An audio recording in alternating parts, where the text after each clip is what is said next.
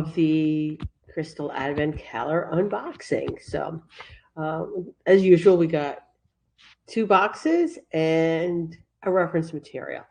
So first, let's start with one of the crystals. And where are you?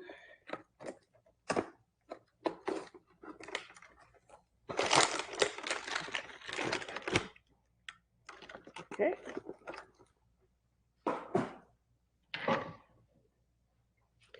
And today's crystal is blue aventurine.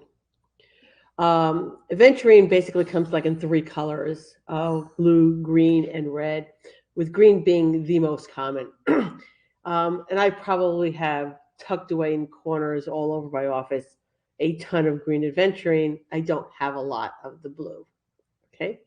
So like all blue stones, it has to do with some form of communications.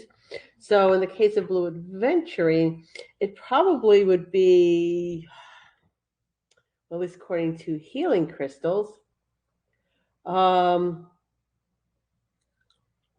All right. I would say when you can't get things out because maybe you're being just a touch irrational, it might help calm you down to get your thoughts out so that you are a little clearer in your communication. So that's how I would interpret blue aventurine. Again, this is polished too. Okay. The book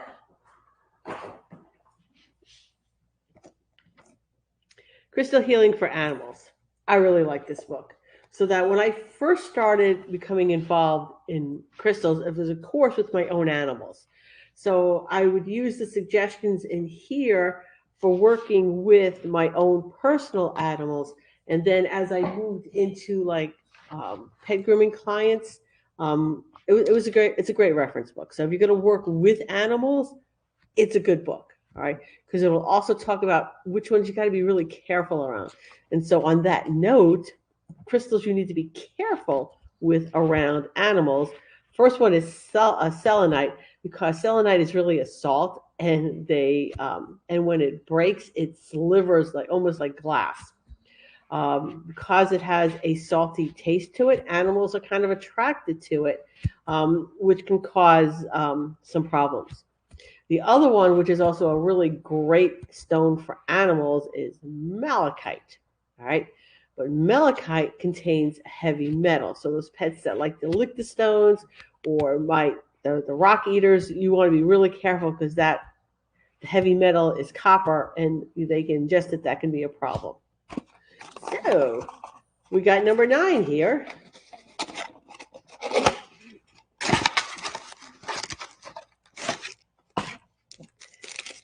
Then we have, let's see, fancy agate.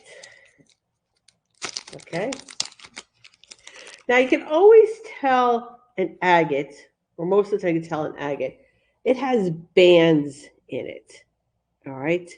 That's like the telltale sign of an agate. And this one here is in the shape of an arrowhead.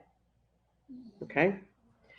The thing with agates are good for some sort of perception.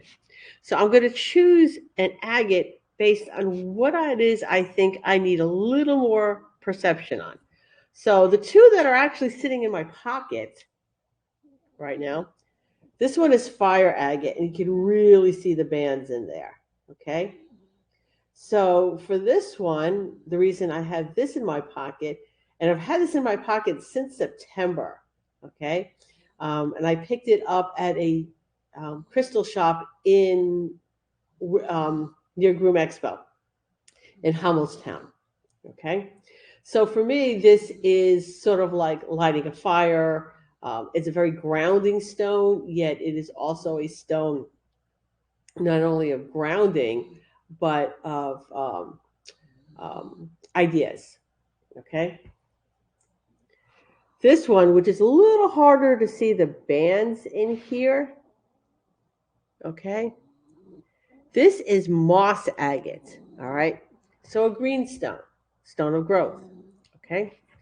So I like these two in combination. Okay. So ideas and growth around them.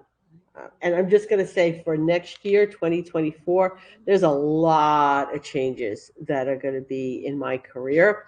And so things are like formulating and percolating now, and we'll just see kind of where they go. Anywho, see you tomorrow with day 10.